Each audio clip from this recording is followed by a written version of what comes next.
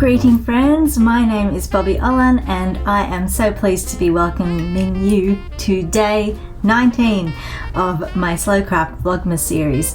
Today is a stitch day. Is that right, or is it a mend day? Either way, we're doing some stitching. I'm pretty sure it's a stitch day. We're doing some stitching. And I have been saying that today I am going to be making another zoken out of another tea towel that I have destroyed.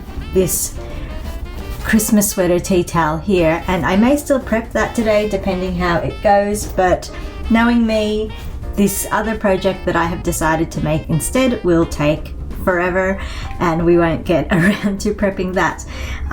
But yes, when I was browsing on Pinterest this morning, I came across this adorable little pattern for a ring pincushion, and I decided that I wanted to make it today, but I am not going to make it as a ring. I want to try to make it as a wrist pincushion. So this pattern, let me just tell you where it is from. So it is a tutorial that was posted on the London Modern Quilt Guild website, and it was posted in January 2013 by Poppy in Stitches. I have no idea who that is. Like I said, I just spotted this one on Pinterest and I am going to be doing a few of my own modifications to it. So this is not a tutorial. I will explain the things that I'm doing differently, but as always I'm going to link the actual tutorial that I am sort of following in the YouTube description down below. I'm drinking the last of that iced chai that I have made, and I have put in a bit of coffee and a bit of my ginger syrup, which is delicious. But onto the crafting. I have a few of my usual bits and pieces around me here. Needle threader, needle book. I also still have this embroidery floss that I'm going to be using today to do my hand stitching, scissors, fabric marker, a scrap of fabric. I don't know if this is actually quilting cotton or what this is. I can't remember if I bought this fabric or I got it secondhand from someone. But I have made a dress out of this as well, and I really love the print of this fabric, so that's what I'm going to be using today. I have a cutting mat, a scrap of leather, that is one of my own modifications. This scrap of elastic from when I made the Sashko thimble in one of my previous tutorials. This is another one of my modifications to the pattern. And then cutting mat, ruler, and this curious tool here, which I found when I was overseas in Japan, and I have never used, but I thought it might just be a handy little gadget to have one day, so we will see if it comes in useful today. But yeah, I'd never seen one of these before and I just thought it looked pretty nifty, so we will give that a go. But first things first is I need to cut a square of fabric. So this is the selvage. I don't think that matters if we use that, so I'm just going to fold this like so.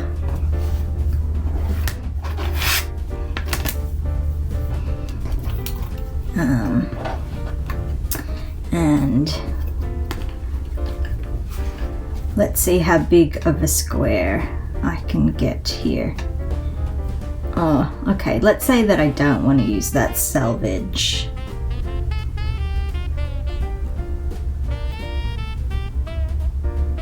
So I'm kind of just lining up 14 centimeters and 14 centimeters there. And actually, you know what, it just occurred to me, I might actually use my rotary cutter instead of the scissors. I'll just grab that.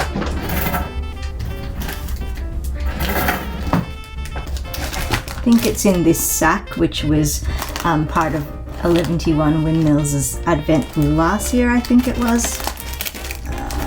Alright, here we go. Pop it to the side. I love this rotary cutter. It has this odd handle here, and I picked this rotary cutter because of this handle, because it feels more ergonomic to me to be holding it like that and cutting, instead of, you know, twisting my wrist and doing it that way. Anyway, I'm just gonna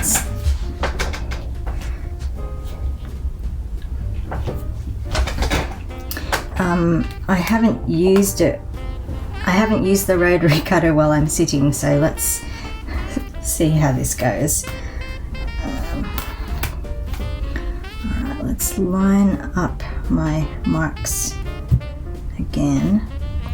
14 by 14. I have basically just tried to see what the biggest rectangle I can get out of this is. I could probably go 14.5 centimeters, but I'm not being that fussed about it really.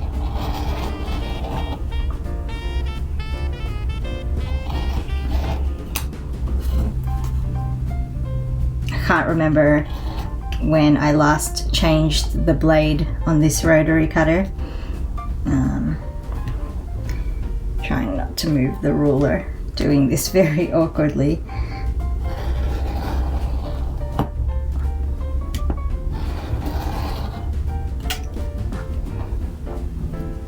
Ah, it moved. Well, I moved it. It didn't move. Get back in line because I haven't cut through. And I felt the ruler shift.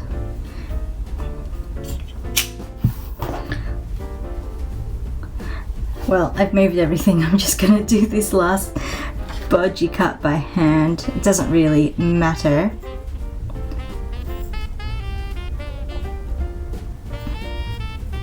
Gee, these scissors aren't great.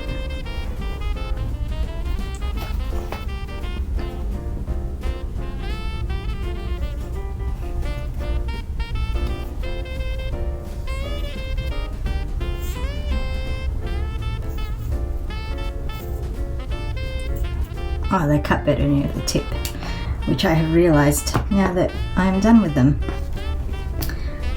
Okay.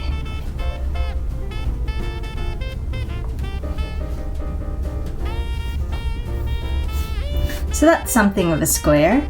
Let's see if let's pop my ruler away first, and let's see if I can use this gadget for something.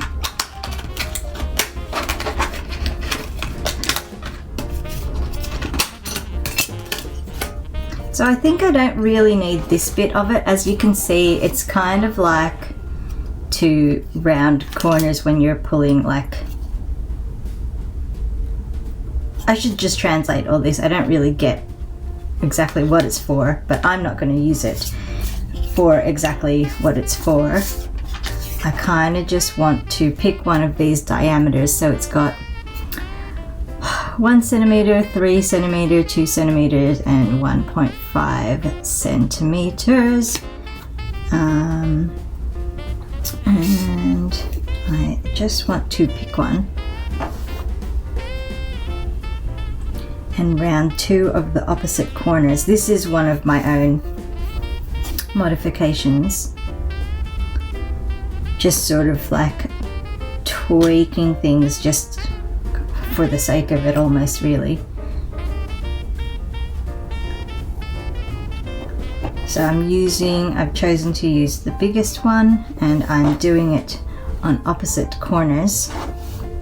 So this part of it, if you don't have a tool like this, which is a very specific tool to have, so I wouldn't be surprised if you didn't have one, but you don't have to round these corners at all. It's kind of something that I just want to try with the modification that I'm doing. Did I put the cover on this blade? Yeah, I love this. Look, you can just operate it with one hand. It's so good. It doesn't have a brand on it. Martelli. It's Martelli. And I think they do have like a left-handed option as well. I seem to remember that when I was buying it. So let me cut these rounds.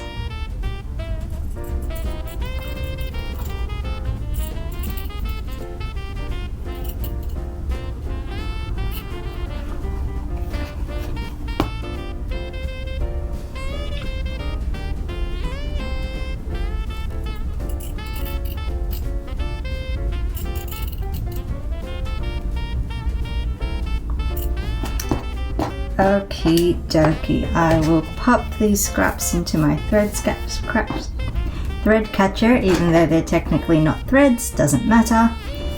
Just shove them in there. This is getting a bit full. Okay, and now what I want to do is fold it in right sides together. Just give this a bit of a finger press. I kind of wonder if my bone folder will press it well.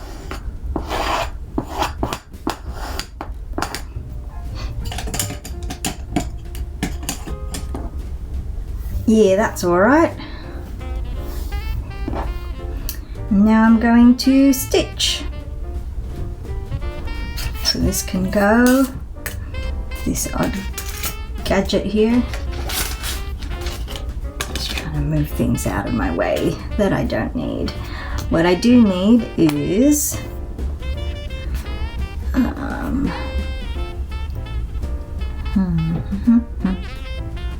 I need a needle. Oh, maybe I'll just continue actually using through. I won't use this.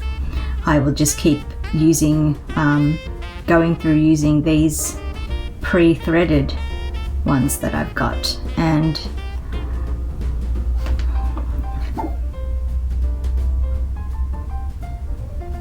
let's just use white. Doesn't really matter.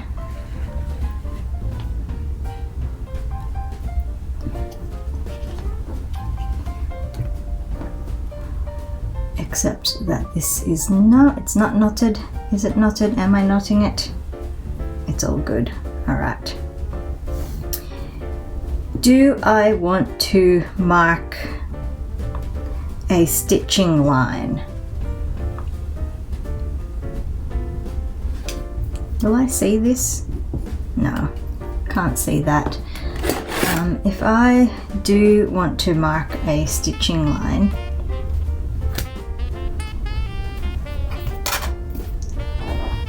just to give myself something to follow, to make it easier for myself, since as I keep saying, I am not a stitcher.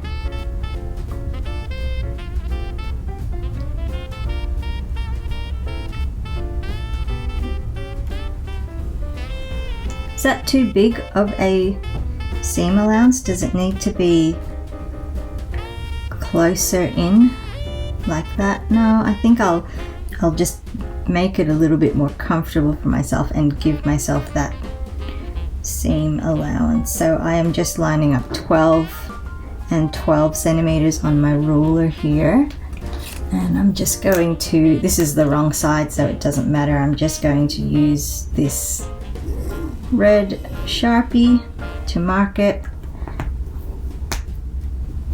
Ruler can go away and give me, oh, that's a horrible sound. Give me this again. And my 3 centimeter guide here.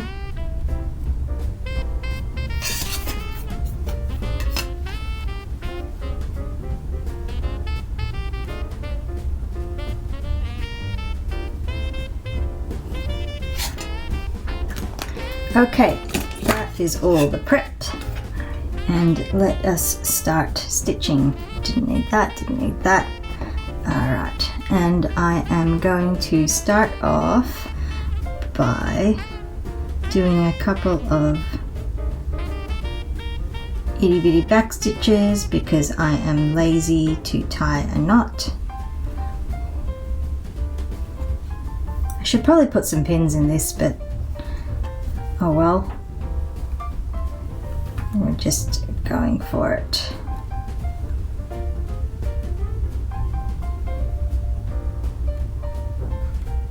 And I am not being fast that my thread ends are different lengths.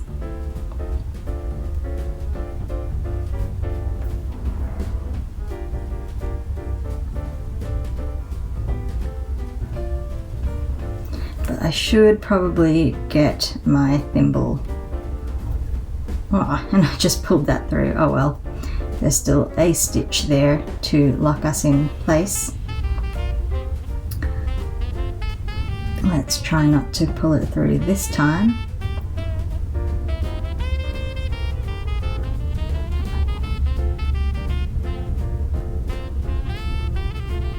Poke and poke.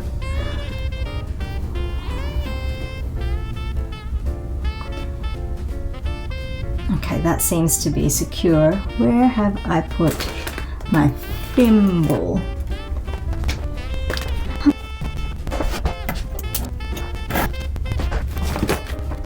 I seem to have misplaced my Sashiko thimble that I just made.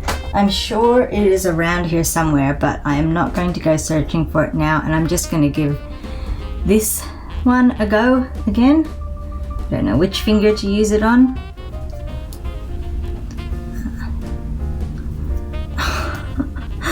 I'm so thrown by that. Oh, I want my Sashiko thimble that I made.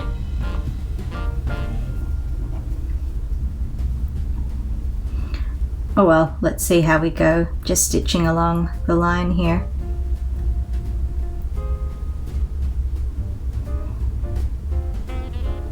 I'm trying to not make my stitches too big because I want this to be secure. Yeah, well, this thimble's working, so I shouldn't complain. Oops. And if I have like heaps of thread left by the time I get to the end, I probably will just go back in the other direction, just because I'm paranoid and I don't trust my own stitching. But that is just me.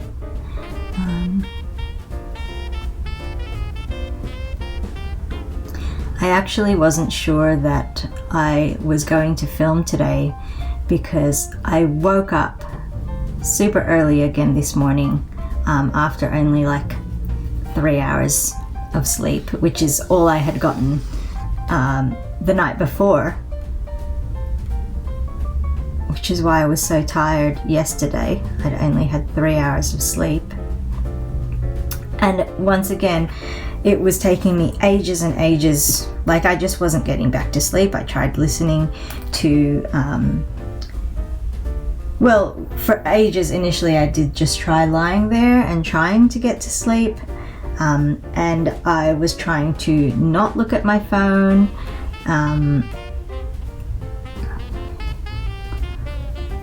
oops,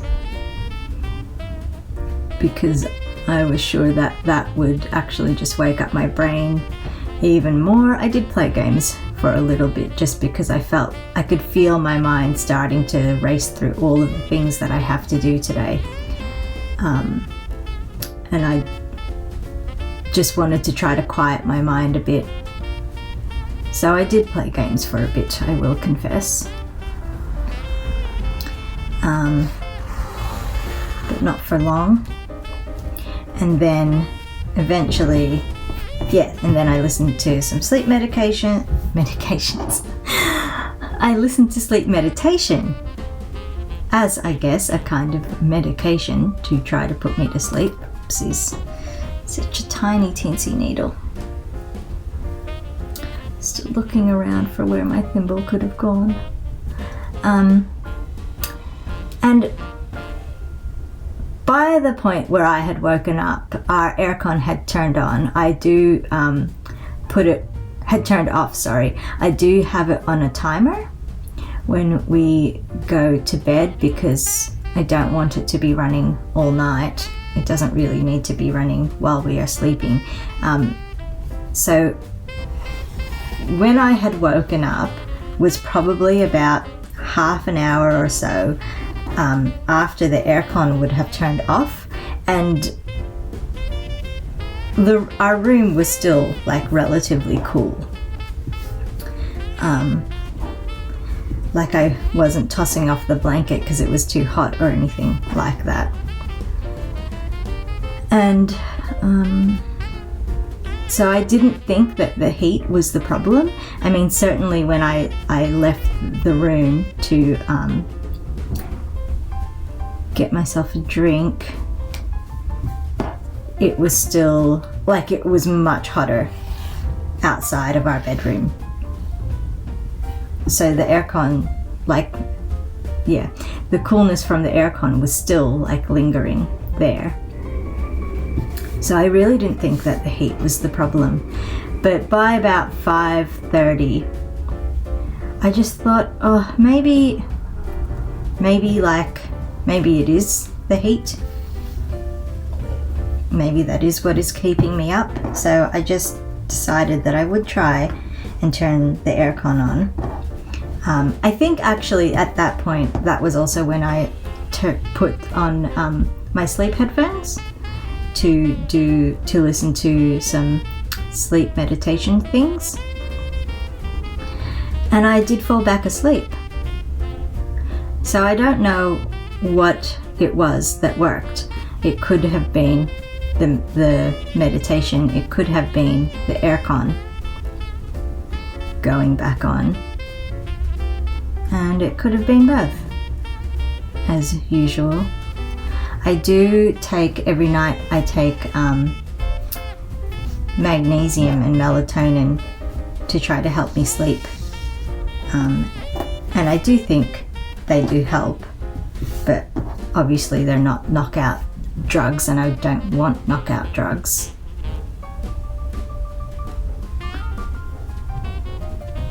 I should try to hold this up so you can see.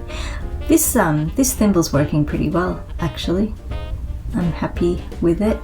I think definitely like practicing the Sashko way of holding the needle has helped with like me using this thimble, because previously I would really want to hold, I think, the needle with my pointer finger and maybe put the thimble on my middle finger here, and that, I feel like that just, it's not, I can't push as well with my middle finger as I can with my pointer finger. And now that I'm somewhat more comfortable with holding the the needle in with my ring finger, like I have a little bit of comfort with that now. I am finding this easy here. And still there's always just one thread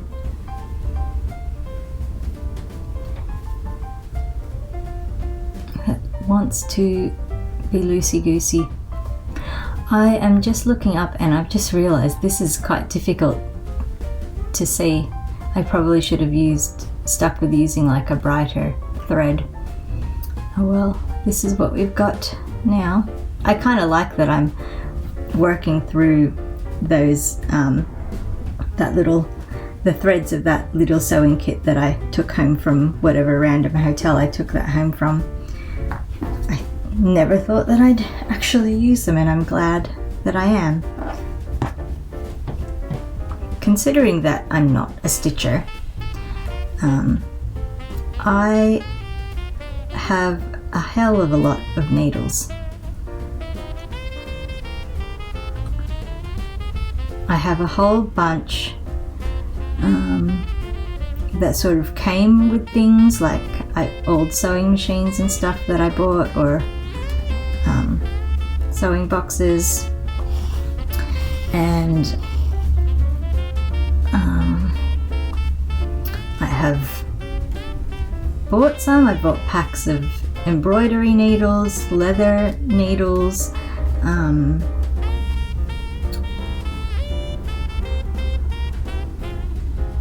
darning needles,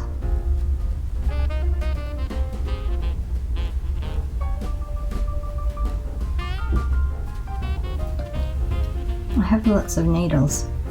I ought to do more stitching, which is the beauty of this Vlogmas series. It has given me the opportunity to do that.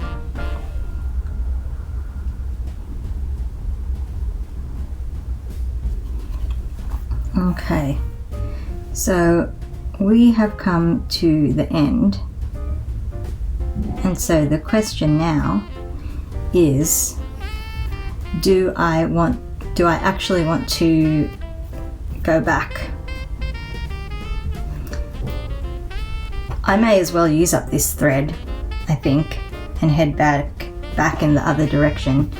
I probably don't need the extra security, but just don't trust my wonky stitching.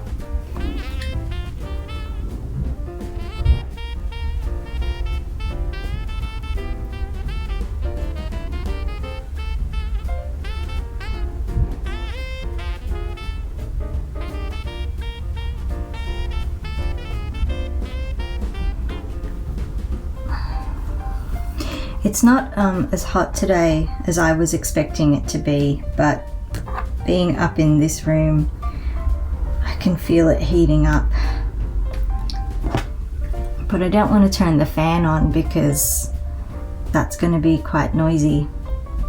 Although if I turn it on, well, if I turned it on, then I would do the rest of this stitching in silence. And I don't know how chatty I'm feeling today. This going back and doing another line of stitching, I think I'm being a little bit more careful with it because I am trying. What have I done here? I keep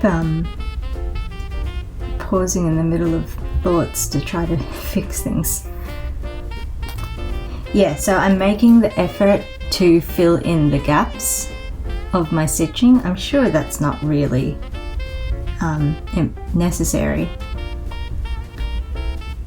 but it's what I'm doing. I wonder if I'm actually going to flip this over because then my left hand has more fabric to grip when I'm holding it this way. Yes, let's do that. And my thread is a bit twisted, so I'm just gonna untwist it. Oh, or did I just twist it?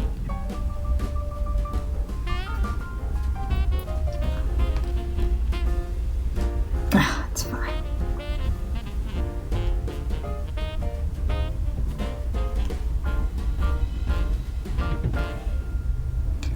I don't have my red line on this side, obviously, to follow, but I have my previous line of stitching. And I don't know how well I followed that red line. Anyway, it was just a guide.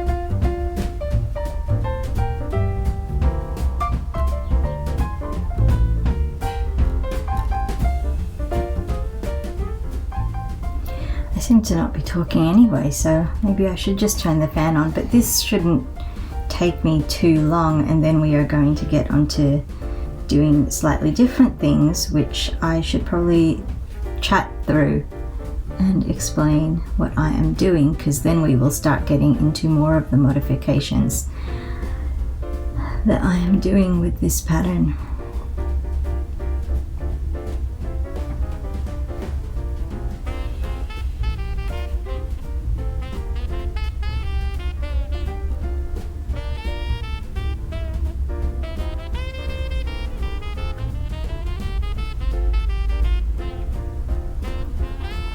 I hope I'm not splitting my threads as I work back, because would that not then be weakening my stitching instead of strengthening it, which is why I am going back in the opposite direction in the first place.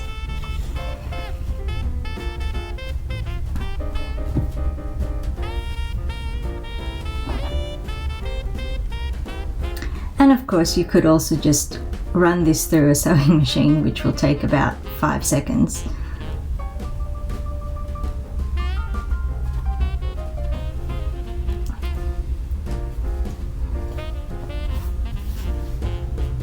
I am liking this thimble. It feels much less cumbersome than the leather one if I don't have my Sashko one.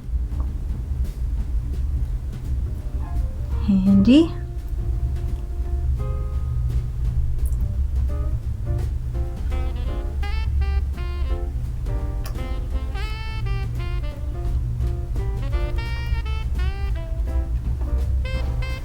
So the other supply that I have for this pattern, which is a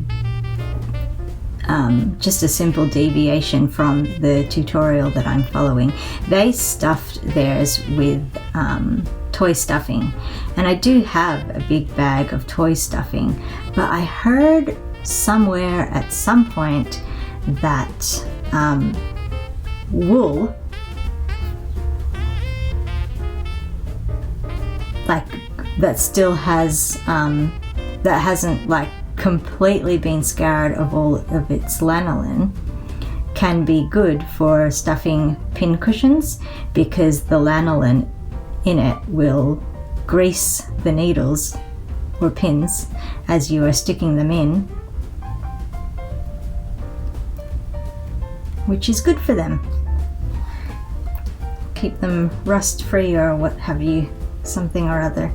So in my spinning, when I have been prepping some fleece that I have that hasn't been completely scoured of all of its lanolin, more because of my poor scouring probably than anything else, or just not giving it enough passes. Oops. When I have been flicking it, all of the fluffy bits that get stuck on the flick carder and I don't spin with, I have been pulling them off and keeping them in a bag so that I could make things like pin cushions. One of the tutorials that I have like pinned as something to do at some point in my stitching career from K3N is a Biscornu pin cushion, and obviously, you know, that's not her own like design or anything. She just shows how she does a Biscornu pin cushion, because it's a it's like an old design or something.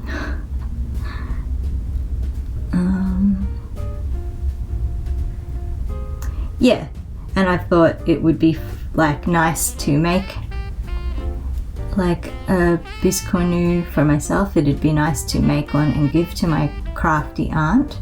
I'm sure she has all the pin cushions that she needs, but it's just nice. I have just realized that I should not have I should not have run back in an effort to use up all of the thread, because I will still need to do some more stitching in a little bit, and now I'm going to need to get a new thread to do that. But we're already here. I am obviously not going to undo it.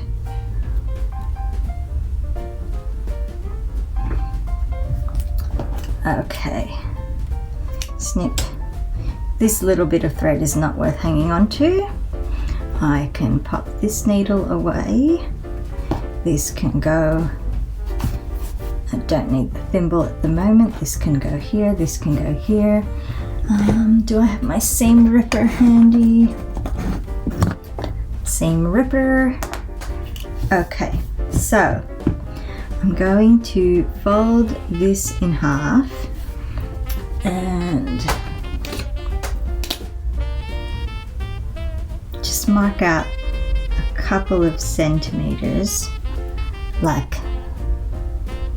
just there.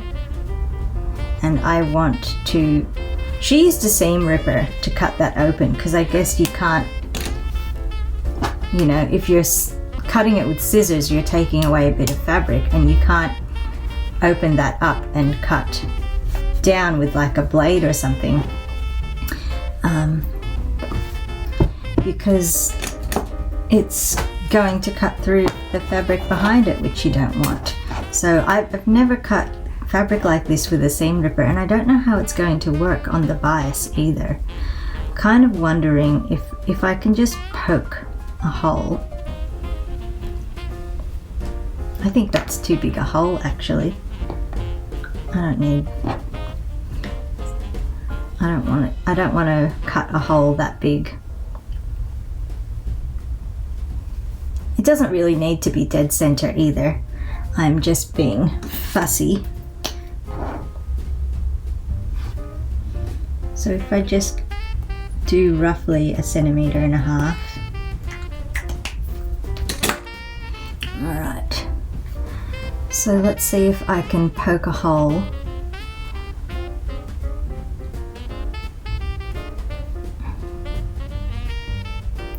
Well, this...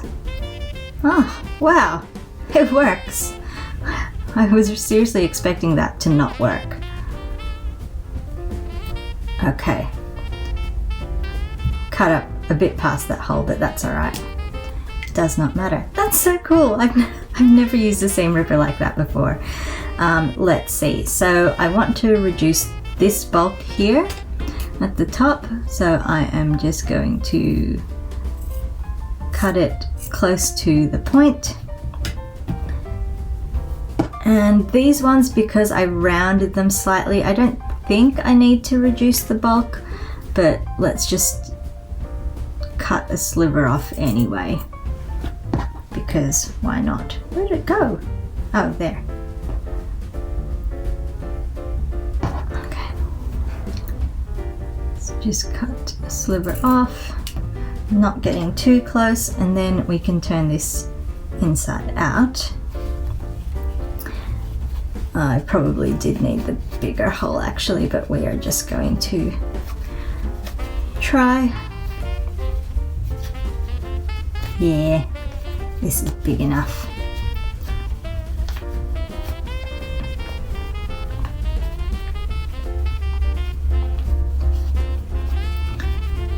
Okay.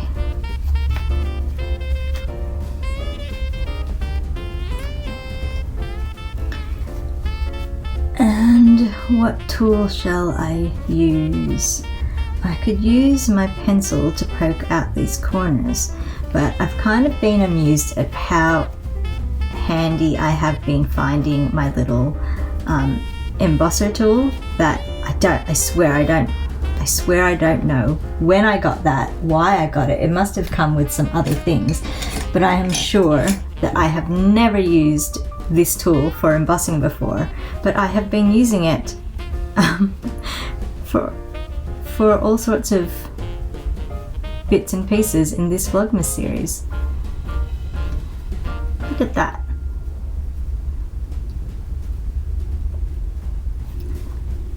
My slightly round corner there.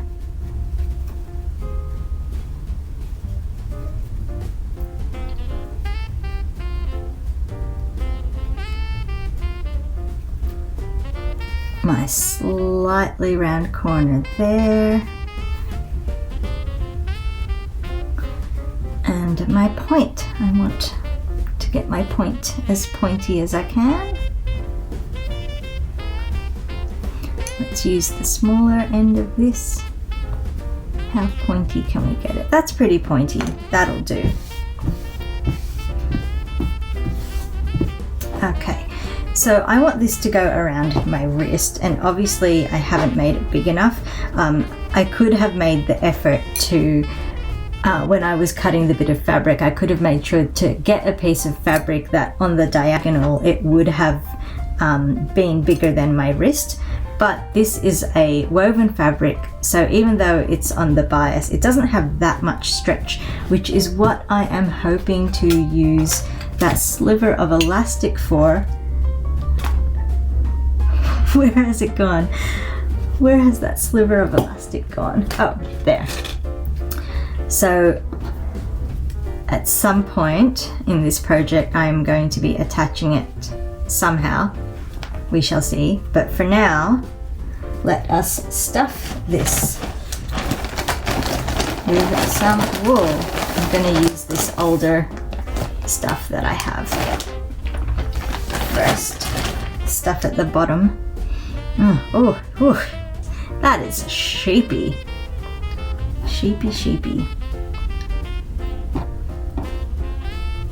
There's like other bits and pieces in with this wool because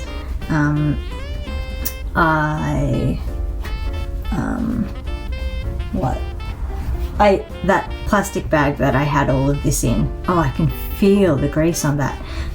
That plastic bag that I have all this in, I did used to put my fabric scraps in it, but my fabric scraps are now in a bigger bag, and sometimes I use those scraps to stuff stuffies.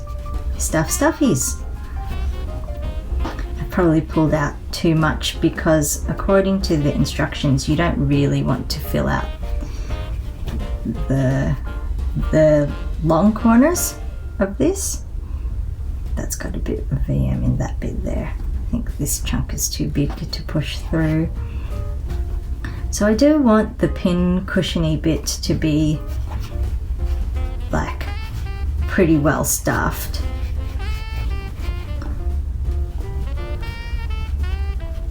But I just don't want to fill up these other ears.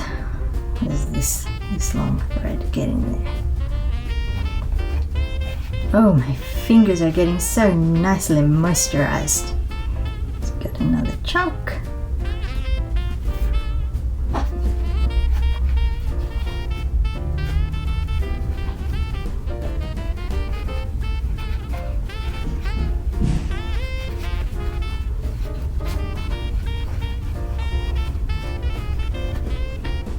Is that full enough? Nah, I want it to be quite stuffed.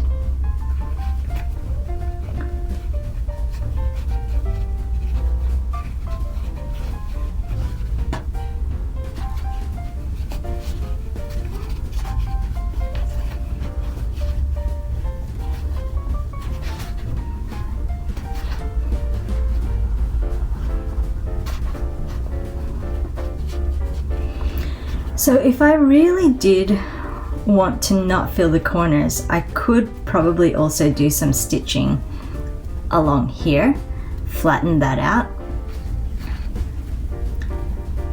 But I think it'll be all right. Not gonna bother. That's feeling pretty nice and plump, but I kind of just wanna, this bit's got too much VM in it, so I'm gonna shove that back in. But let's see if we can't get this last wad that I have pulled out in there. Get in there. Probably really could have made the hole bigger. All right.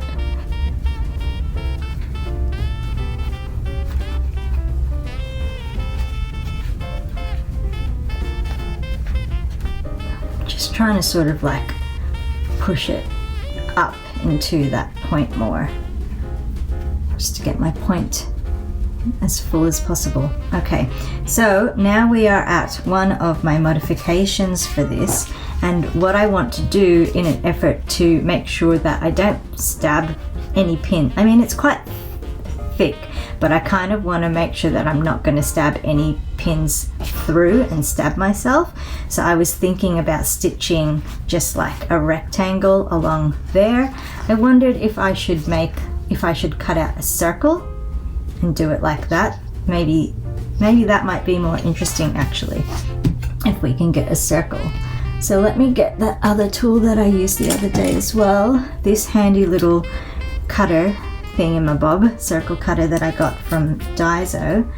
And how big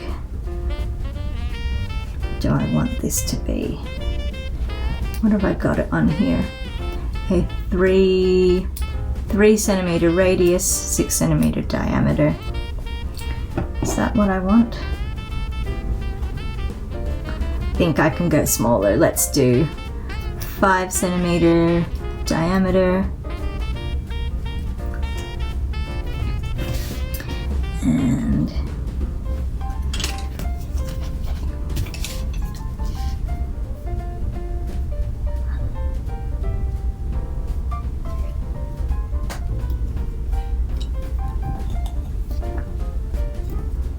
I'm pretty sure this tool is for cutting paper, not leather. But while it is still somewhat new and not much used, the blade is still pretty nice and sharp. And like I mentioned in the previous video where I used it, it does come with spare blades, which is very handy because I'm sure it's a very specific size. I doubt that you could just chuck a scalpel blade in it, but also it needs it'll need to have a hole in the blade for that screw to go in to secure it, which a scalpel blade wouldn't have. I'm sure if I really needed it, I would be able to find one online. Replacements, that is. But I don't use this that often. And I don't know how many spare blades are in that little cavity, but I'm sure it will be enough to last me a good long while. Put that back. I am warm. I need a drink. Oh. What are you guys drinking as you're crafting along with me? Yum. Right, I'm just going to cut the rest of that with a scalpel.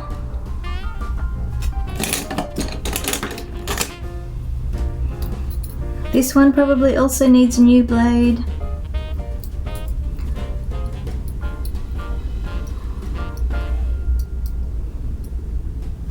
But until I really, really need it, I am not going to bother.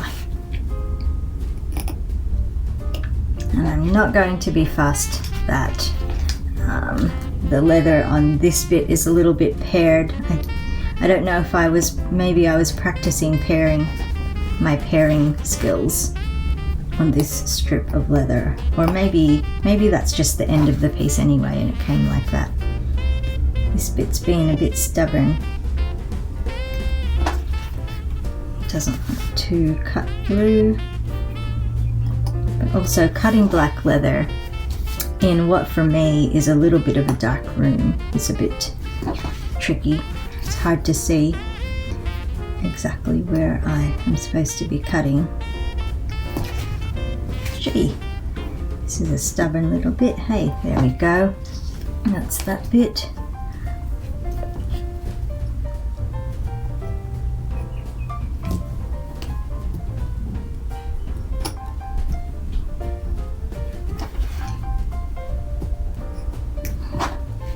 Okay.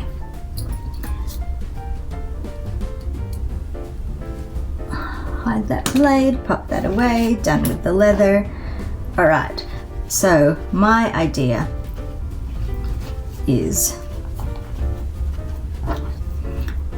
to use this leather patch. I probably could have done the bigger diameter, doesn't matter. Anyway, if I pop a leather patch there, it's just a little bit of extra protection against needles coming through and poking me in the wrist when I'm wearing it. Yeah, I really kind of wish I'd gone with the bigger diameter now. Oh well, this is what we've got. And for this, do I want to keep using up these threads. Let's see actually how well this needle pokes through here, because I may need to go and find and grab out my leather needle. While I was poking about getting out my leather needle, I pulled out a couple of things that I wanted to just show you really quickly as well. So these are a couple of needle books that came, they were inside a sewing basket that I bought, and the needles in them were just not worth hanging on to, I don't think.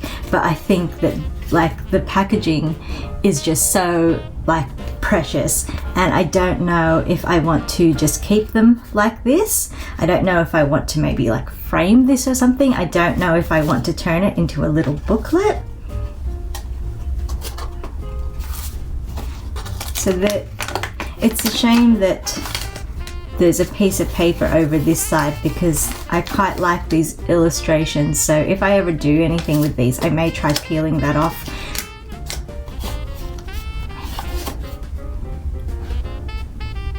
Yeah, they're just like precious little, what would you call them? They're not mementos, they're not my mementos. Anyway, I have my leather needle. Okay, let's get out the little one. And I think it is, yep, it's going to be too small for that needle threader, but let's get out one of these.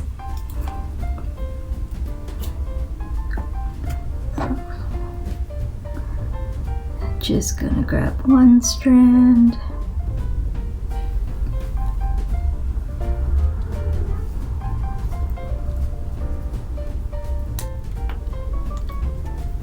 If I do things in a really like clumsy looking or inefficient manner, and you're aware of a like better way to do things, I would appreciate hearing about it.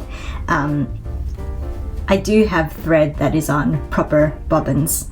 I think, I don't know why I cut these ones by hand. Anyway.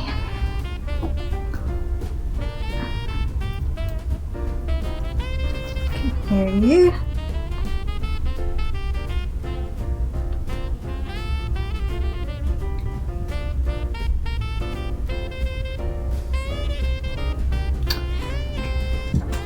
See if I can use this. Now I have a feeling this was too big to go in the small side of this needle threader. This must just need really seriously tiny needles to go in that side.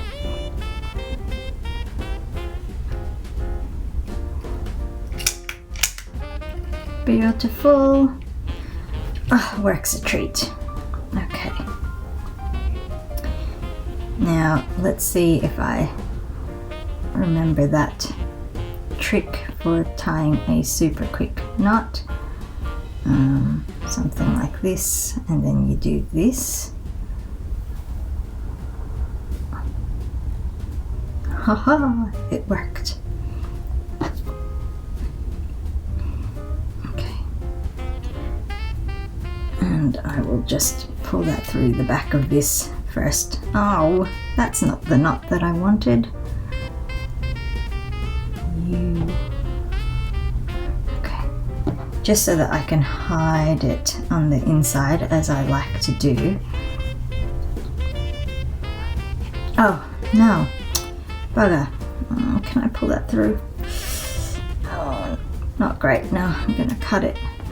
I just realized that I prefer to have the suede side on the outside. I just think it feels nicer on the skin. So let's try that super handy dandy knot again.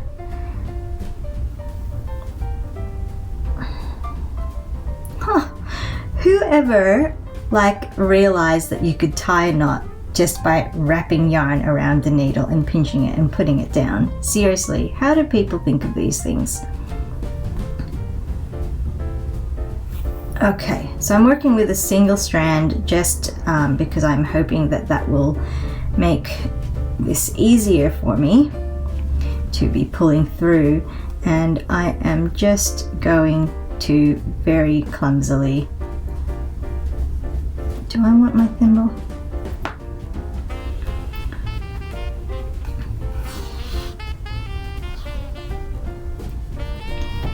Just do whatever kind of stitching this is.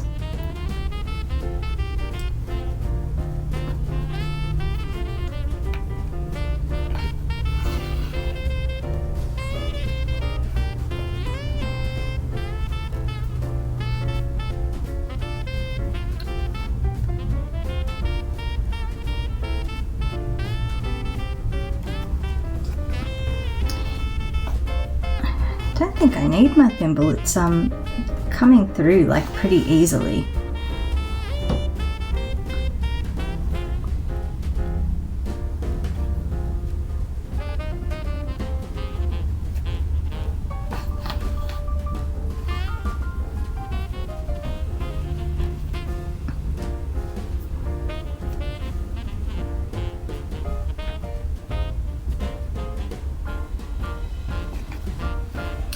But yeah, because this is on the inside, it really doesn't need to be pretty, which is partly why I also don't care that I'm using a color of thread that doesn't match. Although I think I just like it anyway to add a bit of color to this. It's nice to have a bit of color. And of course, now that I've put the thimble away, I need it. It doesn't want to poke through this bit. Why? Is that bit of leather like near that edge where it looks a bit pared back, is it tougher?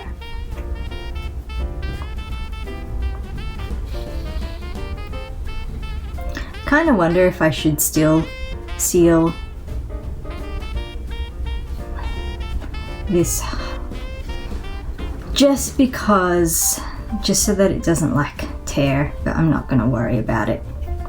This is just like version 1 of me attempting this modification on this pincushion anyway. So if this ends up falling apart at some point, then I could just make another one. I'm not that bothered by it. My very uneven stitching.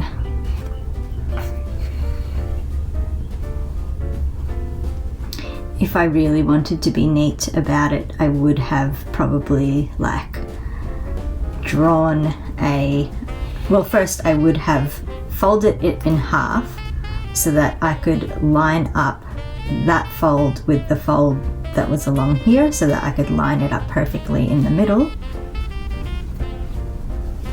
I would have measured these to make sure that it was in the middle, because right now I think it's a little bit off center. It's closer to this point than it is to this point.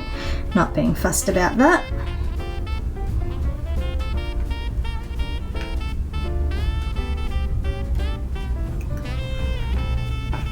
And I may have also like drawn a little ring inside the disc of leather to give myself like to mark out kind of, it's not really, would you still call it a seam allowance in that instance? But just to mark out where I should be poking my needle into. But I don't really care that my stitches are all different sizes. It's part of the fun of it, I think.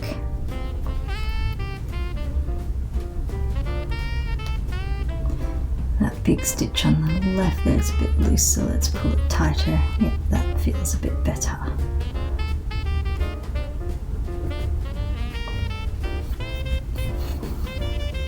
I knew this wouldn't be a quick project, but as usual I did think that that it was going to be quicker than it is. So I'm not going to look at the other zoken with you, but I may prep it before the Vlogmas day that I am planning to work on it.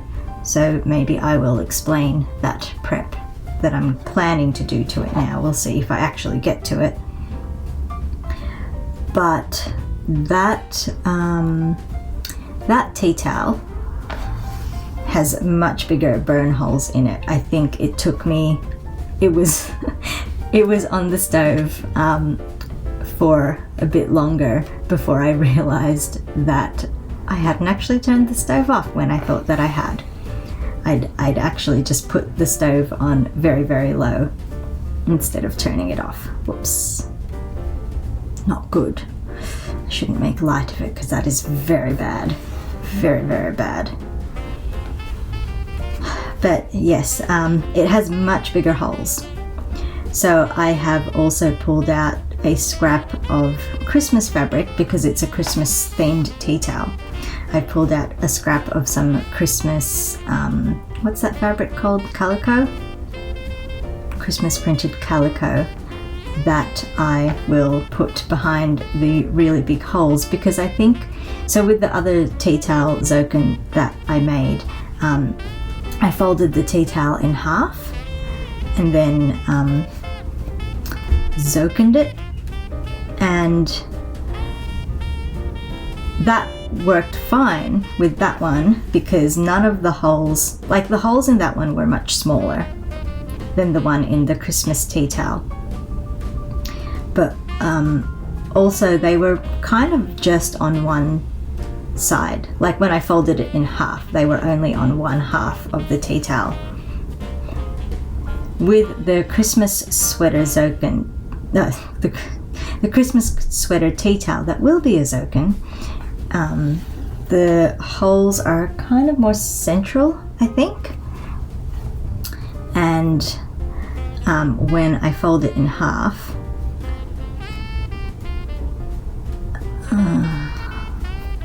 it's like the holes do line up, and there's no fabric there at all, which does not really work. So I'm going to be, when I sew it all together, I'm going to be putting that other scrap of Christmas fabric behind where I stitch to patch those holes. And I do want to try making that zoken smaller as well. So instead of folding the one big tea towel in half, I want to cut the tea towel in half and then fold each half in half to make two smaller zokens. And the video that I am drawing from to make those zokens, something is poking through here. There's a bit of like, a bit of hay, a bit of veg matter that poked through, and I can feel another bit too.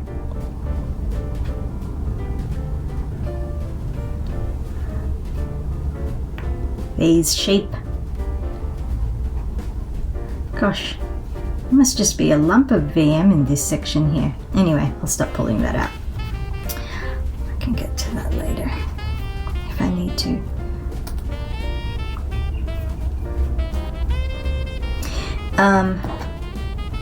Yes, so I want to make two smaller ones, and yes, so the video that I have been following for my zokens, he actually did the thing where he stitched the two halves together. He had right sides facing, stitched the edges and then turned it inside out so that it has clean edges, unlike the flappy edges of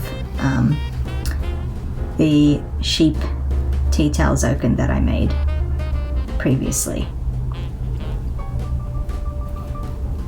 So I want to do that, and because I think I do want to reduce the bulk, because the tea towels are hemmed on all four sides, I believe, I want to actually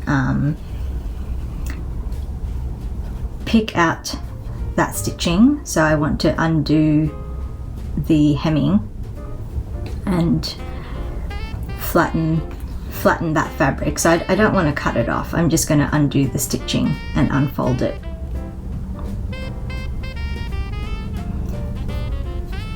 So that is a bit of prep there, which probably could have been a video on its own. I think before I saw this tutorial, that's what this video would have been, just me like doing the prep for that particular zoken.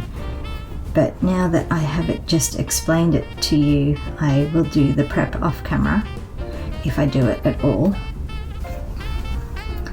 and save the actual stitching for another video.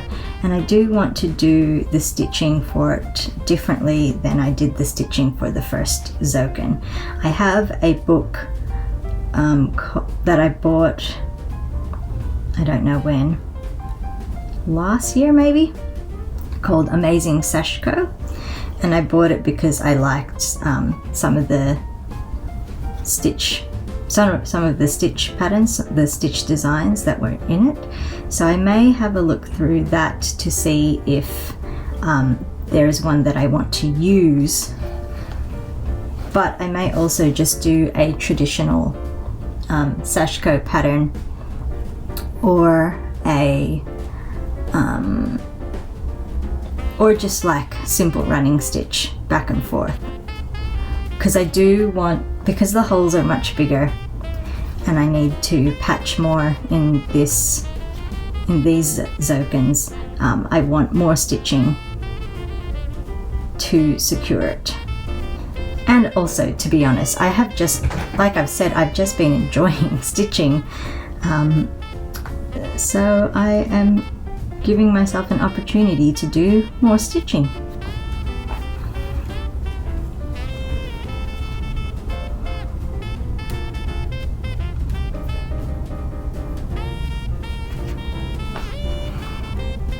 I hope that you can see okay with this bright yellow thread that I am using. I did partly pick it as well because I am stitching black leather onto a mainly dark blue fabric, and because I have the light dim in this room, I'm finding it difficult to see, and I don't want you guys to find it difficult to see. Ouch. And also because I think it's fun, like I said before, to have these contrasting colors, and because I'm trying to use up threads that I don't know that I would really use for anything else.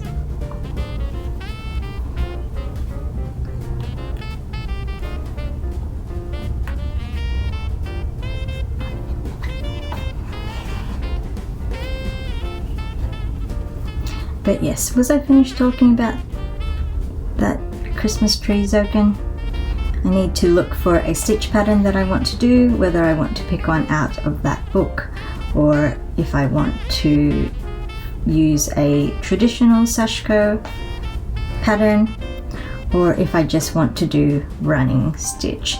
At the moment I'm leaning towards a traditional Sashko pattern, just because, you know, they're just like following like straight lines, and they are simple but pretty, and I think that they will give enough coverage to secure everything that I want to secure with those holes. And if I just do running stitch, I may just fall into the trap of putting my rows of stitching really close together, too close together, possibly. And then I won't finish it with you because that will take me forever to stitch if it's that much stitching. But if another pattern of stitching has less coverage, then it's obviously not going to take as long to do. You can see that my bit of leather here is bubbling a bit because I didn't like pin it down, so it has kind of like shifted and moved a little bit as I've stitched, but also because I am stitching on something that isn't flat. So maybe that would have happened anyway, that it would be bubbling a bit.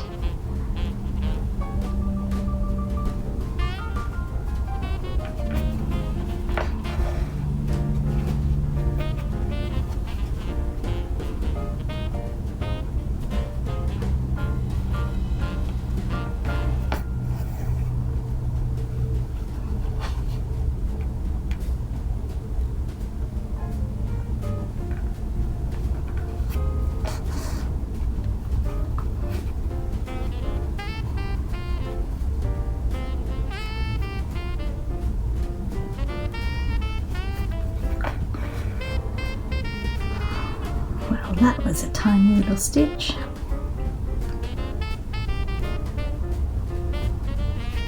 I'm realizing as well that I've stopped using the thimble. I'm kind of poking with that part of my finger, and it's not going to work to use this fingertip thimble to do that. But if I was wearing the leather thimble on that finger, then that would probably save me stabbing a hole in myself.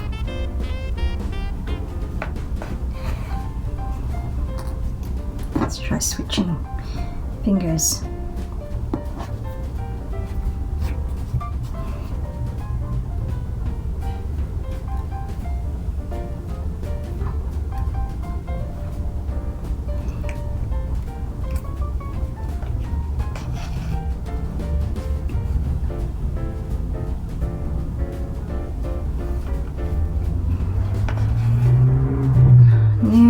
At the end of this round, and then when this stitching is done, oh gosh, yes, when this stitching is done, then it is just the elastic, which is right in front of me.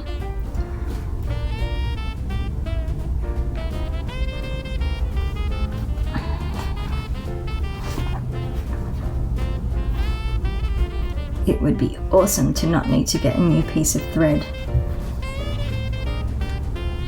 for that.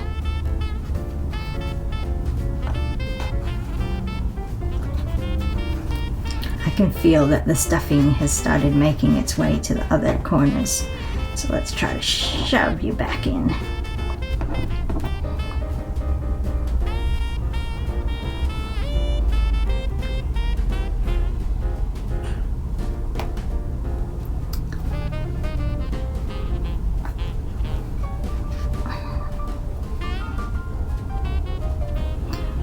Quite like this yellow thread because it I mean, it's not the same yellow that is on this fabric, but the fabric does have yellow on it, so it's not completely out of place.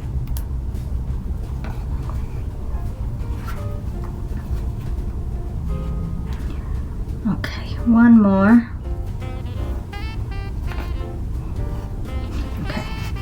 Alright, so now what I need to figure out is if I am wearing this on my wrist, how far in do I need to stitch this elastic? That's going to be tricky to pin and figure out. Although, let's get rid of the elastic for a second, and if I just do something like, well, it is about 2 fingers wide, so I need about 2 fingers of this elastic, and if I put that like that, then I can sew this one. Oh, I should sew it on the other side because that's where my thread is. So 2 fingers, put that point up to one of them, and then what I can do is finish this stitch and then just poke my way through and find Yep, so I've poked through a corner of the elastic there. Oops.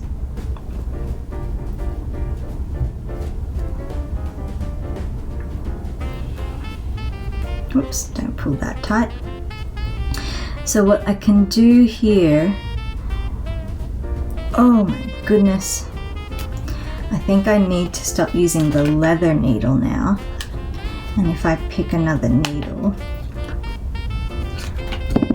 ooh, oh hello coffee, not coffee, tea. Coffee and tea, it is a dirty chai. Let's pick just one of these easy threaders.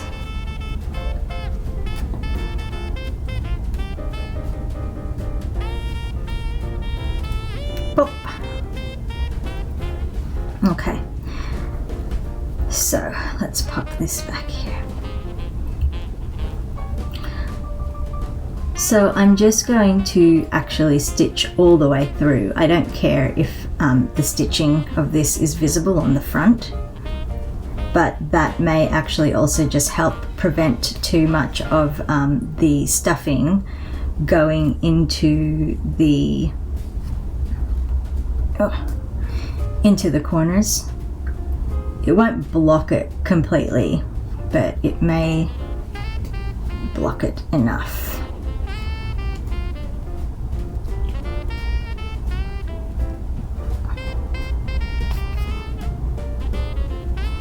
And then I'm just going to work my way up, because I do want to secure. Do I want to secure that point?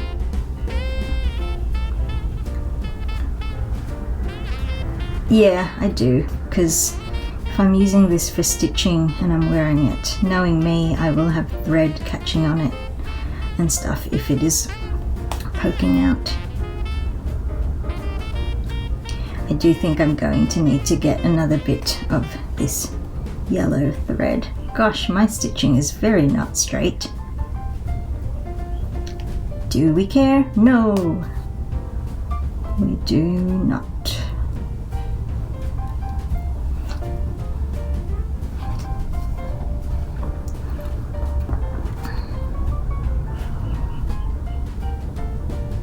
How much closer to the point can we get? Ow, I really need to wear a thimble on that finger.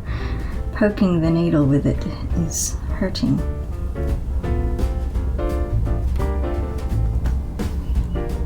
Okay, I kind of need to see what I'm doing at the front here. I want to secure this point. Let's just use my board.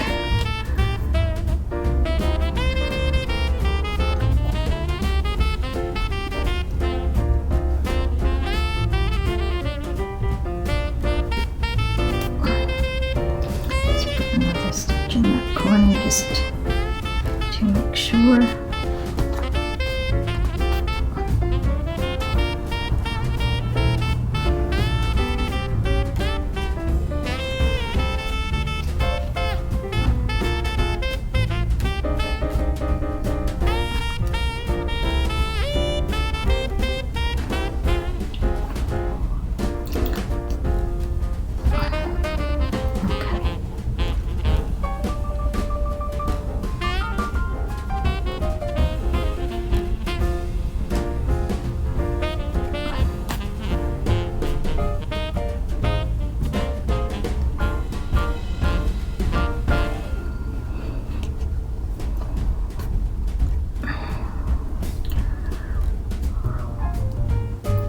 Get closer to the edge of this elastic, and I do not care that doing that has made my line of stitching not straight.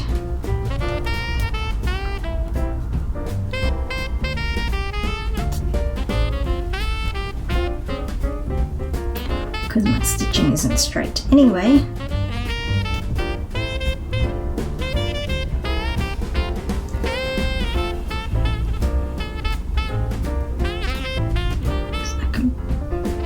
Barely see this itty bitty needle. Okay, so So we're nearly at the end of this needle, and I think I do just want to put a cross just to make sure that it is secure, but I am only going to put a cross in like this end bit of it and not a big cross spanning that whole length there.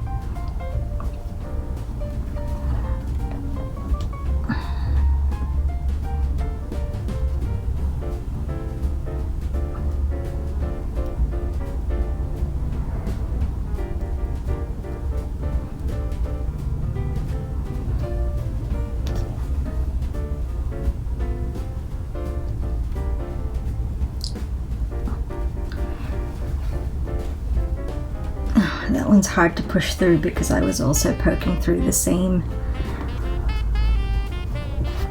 Oh, sweaty hands. It's hot. Have I mentioned that? Come on.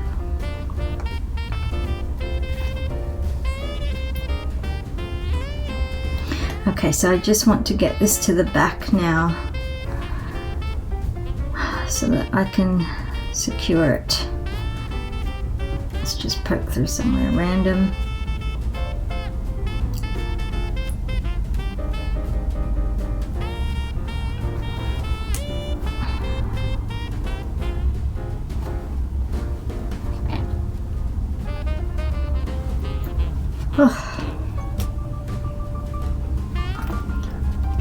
Oh, I tell you what, guys. It's hot. I need my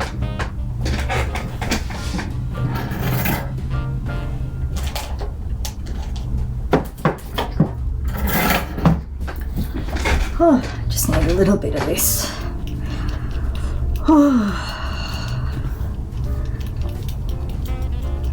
Okay, that'll do me for a little while. This beautiful, beautiful fan, I actually bought many years ago when my family was on holiday in, we did a tour around Europe, and I believe I bought this fan in Venice. Pretty sure I did. Okay.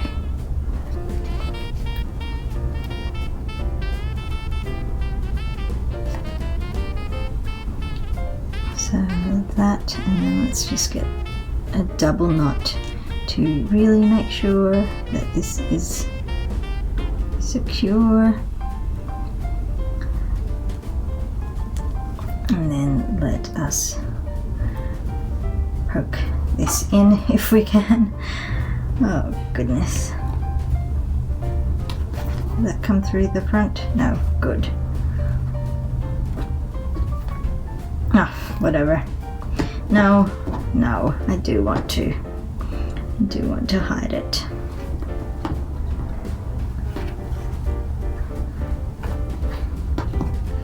Make sure we are coming between the layers of fabric, and then I can just do the easy thread. Oh, I didn't catch the whole thread. There we go. Okay. And now pull that through.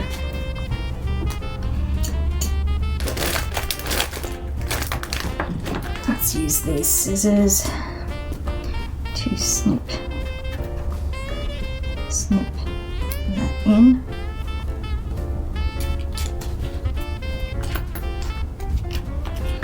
My sharp scissors. What a mess my desk is. I mean, it's always a mess, but you don't often see that. Okay, let's stab you in somewhere. I'm not going to lose you. And let us just check.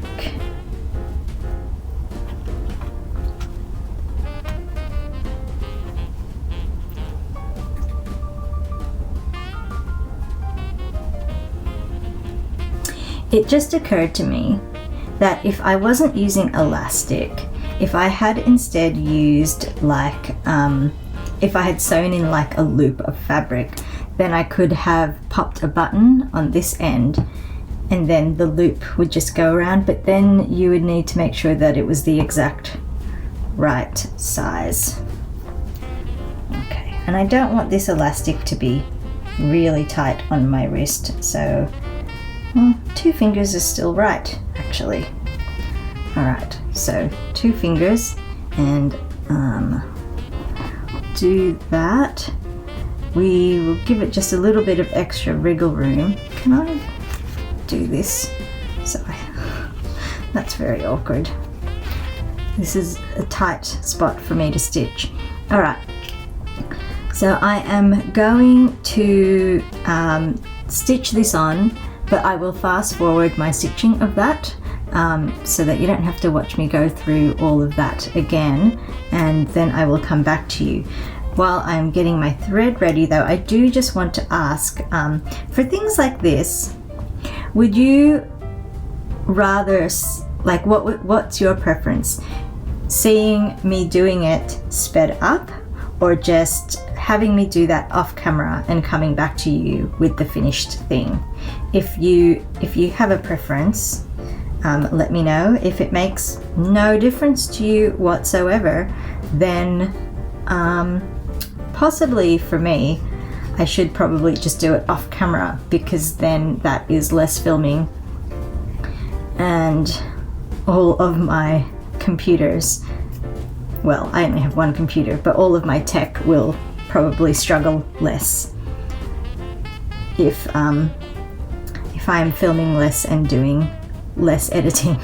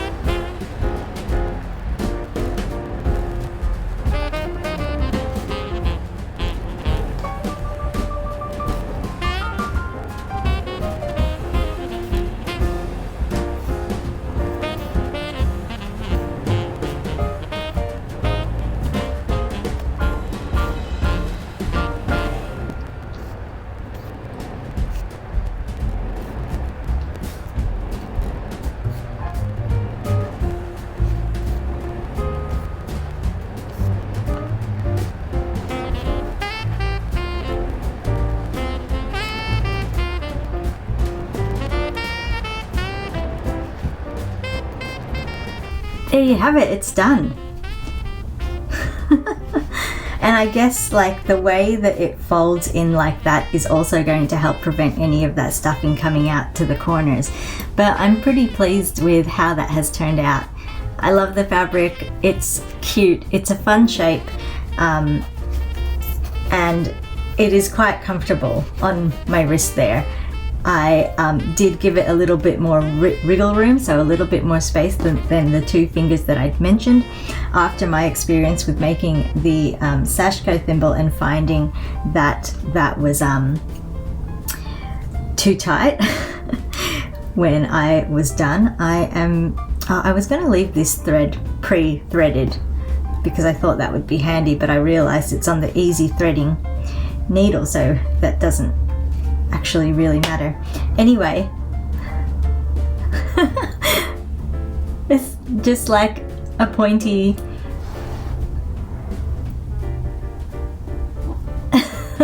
anyway, you don't need to see it from all the angles. I am pretty happy with it, and it is big enough that if I stab a needle into it, it probably isn't going to reach my wrist anyway, so I probably didn't need to worry about the leather bit there.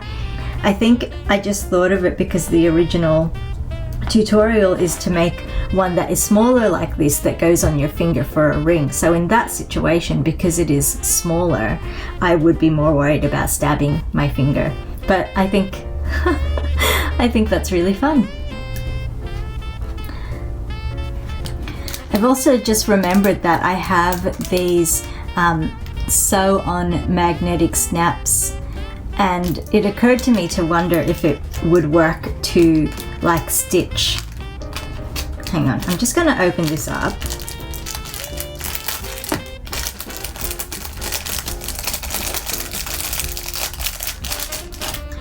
I bought these without having a plan for if and when I would ever use them, but because they are sew on, I mean, this side of it I think is just metal.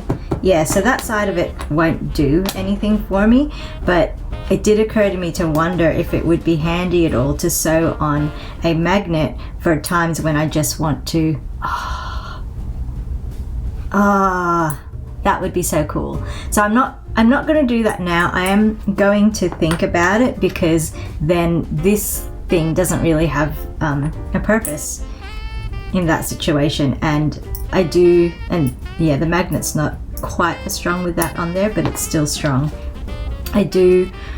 I would like to use these for a bag or something like what they are intended for, but that would be cool.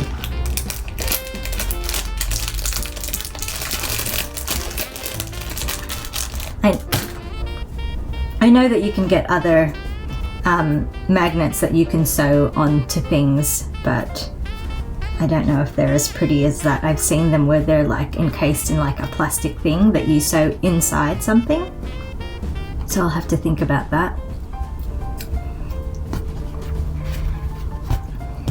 Let's open Advents.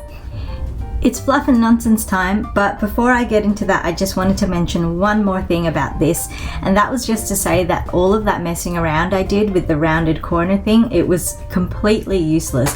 I don't know why, but for some reason I thought that it would just give me a flatter end here to work with instead of a point, but really, if I really wanted a flatter end, all I would have needed to do would be to fold this and give myself a flat end, but doesn't really matter, didn't really make a difference, don't really need it.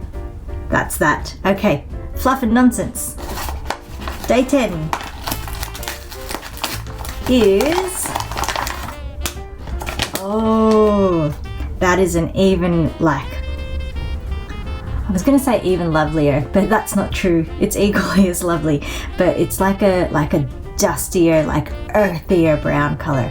I love when there are these high contrast bits of speckling in there. Oh my gosh, that's like chocolate. Look at how rich and beautiful that is. Oh, stunning. Oh, look at that. Oh, I can't wait to knit with these. Oh, anyway, that's it for today. Thank you for joining me again. Tomorrow is a knitting day, and I think, to be honest, well, I'll see what I feel like tomorrow, but I'm either going to finish up a sock project that I have had languishing for a while I've been doing this and focusing on other projects, or I'm going to keep knitting on the wheat headband. We shall see what I feel like tomorrow. The sock one I think will be quicker though, so I'm probably leaning towards that. Anyway, have a lovely night. Have a great weekend. Well, I will hopefully see you on the weekend, or you'll see me. I wish I could see you as well, but I will leave it there, and that's it. Fairly well.